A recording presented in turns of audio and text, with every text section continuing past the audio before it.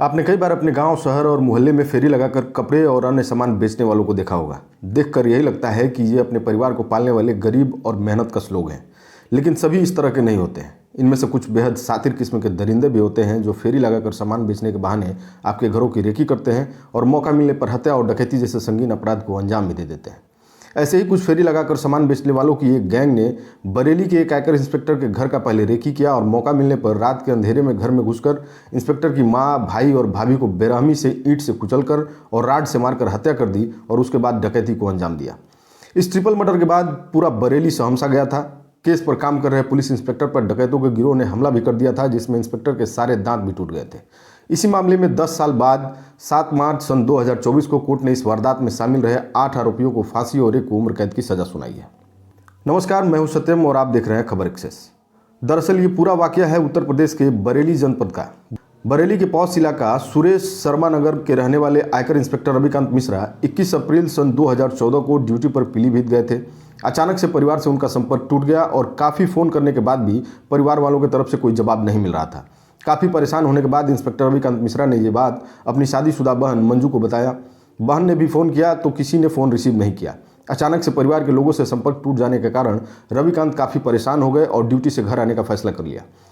23 अप्रैल 2014 को जब इंस्पेक्टर रविकांत मिश्रा घर वापस आए तो देखा कि घर का मेन गेट अंदर से बंद है। काफ़ी आवाज़ भी लगाई लेकिन अंदर से कोई जवाब नहीं आया। उसके बाद इंस्पेक्टर रविकांत मिश्रा अपने पड़ोस में बन रहे एक निर्माणाधीन मकान से होकर अपने घर के छत पर पहुंचे और सीढ़ियों से होकर घर के अंदर पहुंचे तो देखा कि सीढ़ी के पास मां की लाश पड़ी है। ये देखकर वो काफ़ी घबरा गए और परिवार के अन्य सदस्यों को ढूंढने के लिए जब आगे बढ़े तो देखा कि एक कमरे में उनके सॉफ्टवेयर इंजीनियर भाई योगेश मिश्रा और वहीं दूसरी तरफ उनकी भाभी प्रिया की खून से लथपथ लाश पड़ी है। सभी के चेहरे ईंट से कुचल दिए गए थे और धारदार हथियार और लोहे की राड से मारकर 100 को छत बिछत कर दिया गया था। घर में पड़ी अलमारियों को तोड़कर उसमें रखे सभी जेवरात और पैसे चुरा लिए गए थे। घर का सारा सामान बिखरा हुआ था। ये देखकर इंस्पेक्टर रविकांत मिश्रा पूरी तरह से टूट गए और बदहवास होकर दहाड़े मारकर रोने लगे। उनके रोने की आवाज़ सुनकर आस पड़ोस के लोगों की भीड़ जमा हो गई और किसी तरह से घर के मेन गेट को खोला गया। धीरे धीरे ये घटना पूरे बरेली में फैल गई और मौके पर पुलिस भी पहुंच गई। घटनास्थल को पुलिस ने सील कर दिया और घटना के बारे में जानकारी जुटाने लगी। उसके बाद रविकांत मिश्रा ने बारादरी थाने में रिपोर्ट दर्ज कराई और रिपोर्ट दर्ज होने के बाद पुलिस ने इस पूरे घटनाक्रम का बारीकी से छानबीन करना शुरू कर दिया। घर के हालात और टूटी पड़ी अलमारियों से आभूषण और नकदी के गायब होने से पुलिस ने यह मान लिया कि डकैती के उद्देश्य से ही इस घटना को अंजाम दिया गया है। घटनास्थल पर हुए क्रूरता को देखकर पुलिस के अधिकारियों को पहला शक छैमार गिरोह पर हुआ और पुलिस ने उस समय के तत्कालीन चौकी इंचार्ज गजेंद्र त्यागी के देखरेख में जांच को आगे बढ़ा दिया। बेहद बारीकी से छानबीन करने के कुछ दिन बाद मुखबिर की मदद से पुलिस ने छैमार गिरोह के एक सदस्य वाजिद को पकड़ लिया और कड़ाई से पूछताछ करने पर उसने बताया कि मुरादाबाद से हम लोग ट्रेन से उमरिया गांव में पहुंचे थे। वहां पर हम लोगों ने खाना पीना खाया और नकटिया नदी के किनारे किनारे पैदल चलकर बरेली में पहुंचे थे और यहाँ शहर के कुमार टाकीज में रात को गिरोह के सभी सदस्यों ने फिल्म देखा और रात के अंधेरे में ही पैदल चलकर कॉलोनी में डकैती डालने आ गए थे। इससे पहले गिरोह की महिला सदस्य चादर बेचने के बहाने कई बार इंस्पेक्टर रविकांत मिश्रा के घर जाकर रेकी कर चुकी थी। रविकांत मिश्रा के पड़ोस में एक मकान बन रहा था। उसी मकान के सहारे गिरोह के लोग रविकांत मिश्रा के मकान के छत पर पहुंचे और सीढ़ी से होकर मकान के अंदर गए थे। घर में सो रहे रविकांत मिश्रा की माँ पुष्पा देवी, भाई योगेश मिश्रा और भाभी प्रिया को ईंट से कुचलकर धारदार हथियार और लोहे की राड से मारकर हत्या करने के बाद डकैती को अंजाम दिया था। इस पूरे घटनाक्रम के दौरान गिरोह का एक सदस्य दरवाजे पर पहरा दे रहा था। डकैती की घटना को अंजाम देने के बाद ये लोग कुडका नगरिया के अपने डेरे पर चले गए और वहां डकैती में लूटी गई रकम और आभूषण का आपस में बंटवारा कर अपने अपने डेरे को निकल गए। पुलिस ने केस को लगभग सुलझा ही लिया था, लेकिन गिरोह के अन्य सदस्यों को पकड़ने की चुनौती पुलिस के सामने मुंह खोल खड़ी थी। इस घटना में शामिल अन्य सदस्यों के बारे में पुलिस ने जब वाजिद से और कड़ाई से पूछताछ किया तो उसने शाहजहांपुर निवासी एक सुनार राजू का नाम बताया, जहां उसने लूटा हुआ आभूषण बेचा था। पुलिस ने भी बिना समय गवाए कैंट के मोहनपुर स्थित राजू सोनार की दुकान पर पहुंच गई और उसे गिरफ्तार कर लिया और जब उसके दुकान की तलाशी ली गई तो उसके पास से डकैती में लूटे गए जेवर और एक डायरी मिली। इस डायरी में गिरोह के अन्य सदस्यों का असली नाम और पता लिखा था, क्योंकि इसी सुनार के पास बाकी जो सारे सदस्य थे वो लूटा हुआ सारा माल इसी को बेचे थे और अन्य कहीं भी यदि ये डकैती करते थे तो यही सुनार उनके लूटे हुए सामान को खरीदता था। इसके बाद पुलिस ने डकैती में शामिल सदस्य हसीन को गिरफ्तार कर लिया। जब पुलिस के हाथ डायरी लगी उसमें हसीन का पता था और पुलिस ने जब प्रयास किया तो हसीन पुलिस के गिरफ्त में भी आ गया। हसीन को गिरफ्तार करने में केस पर काम कर रहे इंस्पेक्टर गजेंद्र त्यागी के खास मुखबिर मुशर्रफ का अहम योगदान था। मुशर्रफ भी छैमार प्रजाति का ही था और उसकी हसीन से रिश्तेदारी थी।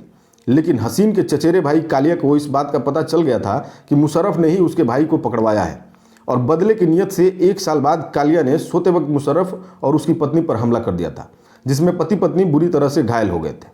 और जब इस बात की जानकारी इंस्पेक्टर गजेंद्र त्यागी को हुई तो उन्होंने फौरन दोनों को बरेली के एक निजी अस्पताल में भर्ती कराया। लेकिन इलाज के दौरान चौथे दिन ही मुशर्रफ ने दम तोड़ दिया और उसके पत्नी की जान बच गई। बाद में इंस्पेक्टर त्यागी ने 27 पुलिसकर्मियों के साथ गिरोह के बाकी सदस्यों को गिरफ्तार करने के लिए मेरठ के शेखपुरा में दबिश दिया तो वहां पर छैमार गिरोह के सदस्यों ने टीम पर हमला बोल दिया, जिसमें इंस्पेक्टर त्यागी को काफ़ी चोटें आई और लगभग उनके सारे दांत टूट गए। लेकिन पुलिस भी रुकने वाली नहीं थी और मोर्चा संभाल लिया और आखिरकार गिरोह के सभी 8 सदस्य वाजिद, हसीन, नाजिमा, जुल्फाम, यासीन, हासिमा, समीर और फ़हीम को गिरफ्तार कर लिया। इस मामले में इंस्पेक्टर रविकांत मिश्रा ने बरादरी थाने में रिपोर्ट दर्ज कराई थी। विवेचना में पुलिस को पता चला कि गिरोह की 2 महिला सदस्य लोगों के घरों में भीख मांगने और चादर बेचने के बहाने जाकर घरों की रेकी करती हैं और रेकी करने के बाद जब ये पूरी तरह से आश्वस्त हो जाती हैं तो ये सारी सूचनाएं गिरोह के पुरुष सदस्यों को देती हैं और उसके बाद गिरोह के जो पुरुष सदस्य हैं वो वारदात को अंजाम देते हैं। बरादरी पुलिस ने 2 मई सन 2014 को इस तिहरे हत्याकांड का खुलासा किया था और सभी आरोपियों को न्यायालय के सामने प्रस्तुत किया था, जहां से न्यायालय ने सभी को जेल भेज दिया था और मुकदमा चलना शुरू हो गया था। मुकदमे के वादी रविकांत मिश्रा, उनके भाई देवेश मिश्रा, एसआई गजेंद्र त्यागी, एसआई राजाराम यादव, थाने के मुहर्रिर सत्यपाल सिंह, विवेचक अनिल सिरोही, फर्द बरामदगी के गवाह हेड कांस्टेबल मुकेश गिरी, स्वतंत्र साक्षी Priyanka Mishra, expert doctor KP Singh और दूसरे विवेचक आरके सिंह ने इस पूरे मामले में गवाही दी थी। वहीं पुलिस ने कोर्ट में इस मामले को लेकर 35 सबूत पेश किए थे। 10 साल चले इस मुकदमे में 7 मार्च सन 2024 को अपर न्यायाधीश फास्ट ट्रैक प्रथम रवि कुमार दिवाकर ने छैमार परिवार के हसीन, उसकी पत्नी नाजिमा, पुत्र जुल्फाम, यासीन और उसकी पत्नी हासिमा, भतीजे समीर, वाजिद और फ़हीम को हत्या का दोषी मानते हुए फांसी की सज़ा सुनाई है। वहीं डकैती में शामिल रहे सुनार, जो इस डकैती में लूटे गए सारे आभूषणों को खरीदा था, उसको उम्र कैद और 5 लाख रुपए अर्थदंड का सज़ा सुनाया है। आइए अब आपको ये बताते हैं कि आखिर इस गिरोह का नाम छैमार क्यों पड़ा। दरअसल यह गैंग मूल रूप से पंजाब का छैमार गिरोह है। घुमंतू डकैतों के गिरोह में छैमार सबसे खतरनाक होते हैं। यह गिरोह लोगों को मारने के लिए सिर पर 6 बार वार करते हैं, जिससे कि बचने की कोई गुंजाइश न रह जाए। इसलिए इस गिरोह का नाम छैमार गिरोह है। इस गिरोह की महिलाएं भिखारी बनकर और फेरी लगाकर सामान बेचने के बहाने लोगों के घरों की रेकी करती हैं। छैमार की खासियत पर पुलिस ने किताब भी लिखा है। इंस्पेक्टर गजेंद्र त्यागी और तत्कालीन सीईओ असित श्रीवास्तव ने कई घटनाओं पर काम करने के बाद संयुक्त रूप से छैमारों पर एक किताब भी लिखा है, जिसमें छैमारों के अलावा कंजड़ प्रजाति के अन्य गिरोह की खासियत और अपराध करने के तरीके भी बताए गए हैं। आज इस घटना को सुनाने का मकसद किसी को ठेस पहुंचाना या आहत करना नहीं है, बल्कि लोगों को जागरूक और सतर्क करना है। आज के लिए इतना ही। फिर मिलते हैं एक नई कहानी के साथ अगले वीडियो में। तब तक